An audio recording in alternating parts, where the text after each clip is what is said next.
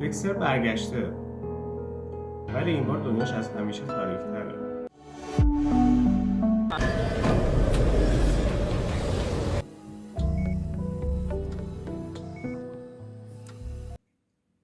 ریزرکشن فقط یه بازگشت نیست، یه اعتراف سنگینه، پاک کردن یه حساب نیمه تمومه. سلام چطورین؟ من امیرحسین هستم و اینجا امیر فیلیکسه. توی این ویدیو میخوام بگم چرا این سریال شاید بزرگترین بازگشت تاریخ تلویزیون باشه و شاید هم بزرگترین ریسکش. پس با من همراه باشید. وقتی اسم کلاید فیلیپس رو میبینید دوستان، قراره که کیفیت به سریال برگرده. همونی که فصل 1 تا 4 سریال دکستر رو ساخته بود، یعنی دوران طلایی دکستر.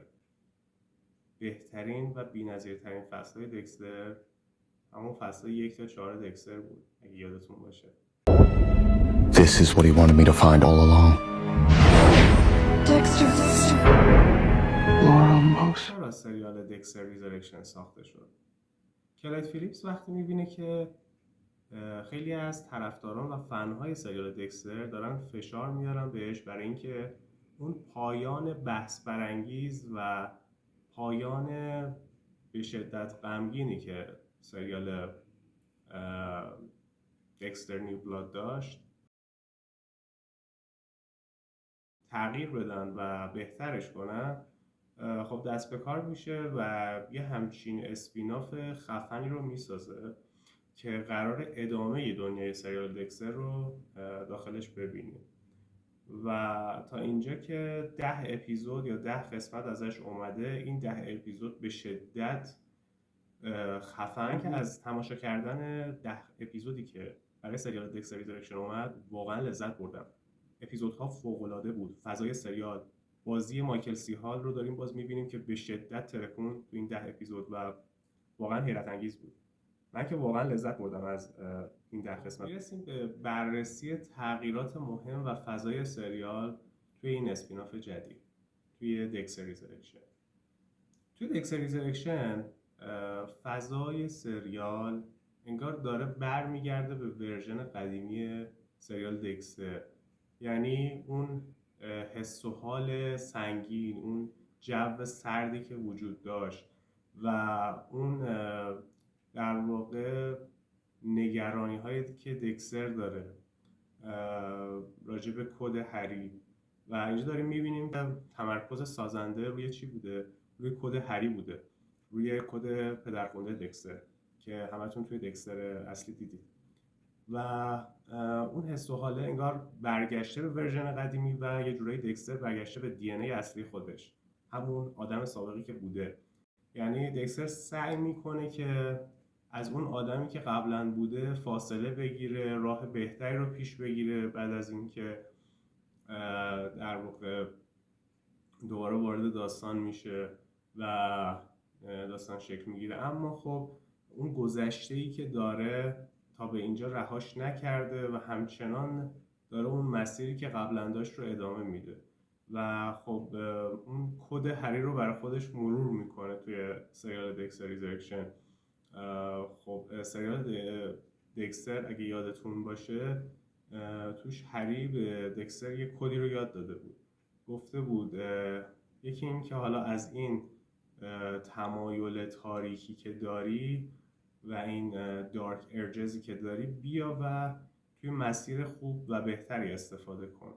یعنی دکستر خب دنبال قاتلا و آدمای بد دیگه میرفتش و سعی میکرد اونا رو شکار کنه و یکی این که گیر پلیسا نیفته. این دوتا مورد رو سعی میکرد که در ادامه داستان رعایت کنه و خب اینجا هم ما داریم این موضوع رو به خوبی میبینیم و این خیلی جذاب کرده سریال رو. دکستر دیگه اون قاتل سرد قبلی نیست، حالا اون یه نفره که میدونه اشتباهاتش چه عواقبی داره و چقدر سنگینه. مفهوم ریزرکشن فقط یه بازگشت فیزیکی نیست، بلکه یه تولد دوباره است از دل تاریکی. و اما میرسیم به بازیگران کلیدی و مهمی که توی سریال دکستر ریزرکشن وجود دارن. خب اینجا ما همچنان مایکل سی هال رو داریم که بهترین بازی عمرشه و همچنان در حال درخشیدنه مثل سریای پیش. اون صدای درونی، لحن صدا، مونولوگ ها بازم مثل قبل شاهکارن و حتی باعث شده که جذابتر به نظر بیاد این سریال.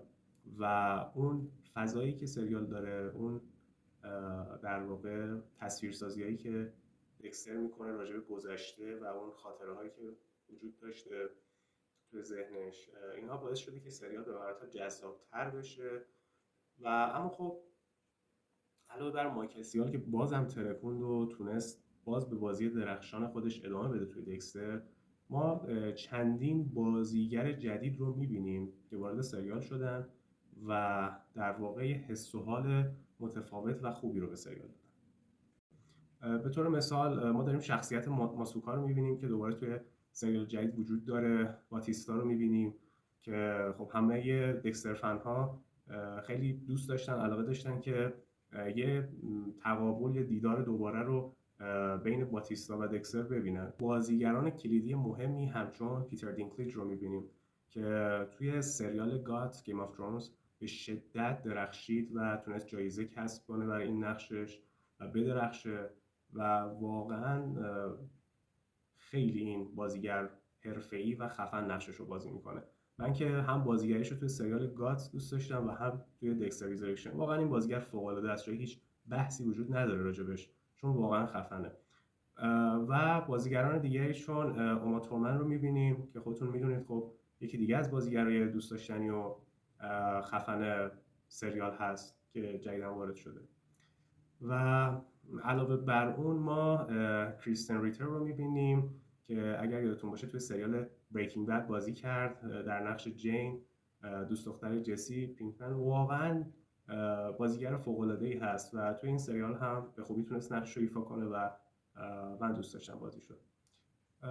علاوه بر اون یه سری کاراگاه‌ها و بازیگرای دیگه‌ای وارد سریال شدن که خالی از لطف نیست و دوباره ما داریم هری مورگان رو می‌بینیم، بازیگرش رو برگشته و داره با دکستر راجع به تمایلات تاریکش صحبت میکنه و سعی میکنه اونها رو به یک مسیر دیگه‌ای هدایت کنه.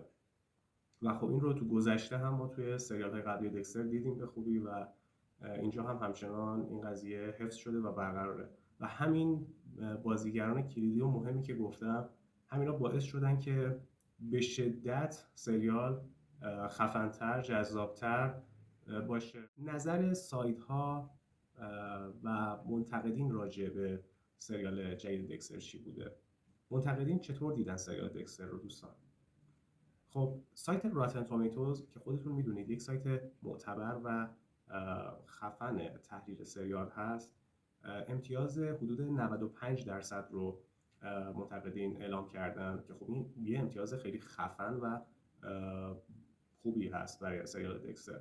این یعنی که اکثر تماشاگران راضی بودن از سریال. اون فضای سریال، تعریف ها بیشتر مربوط به شخصیت پردازی و اون فضای سریال هست که تونسته خیلی خوب در واقع وارد بشه توی این بخش و خودشو نشون بده به ما و به شدت جذاب بوده که یه همچین امتیازی رو بهش دادن.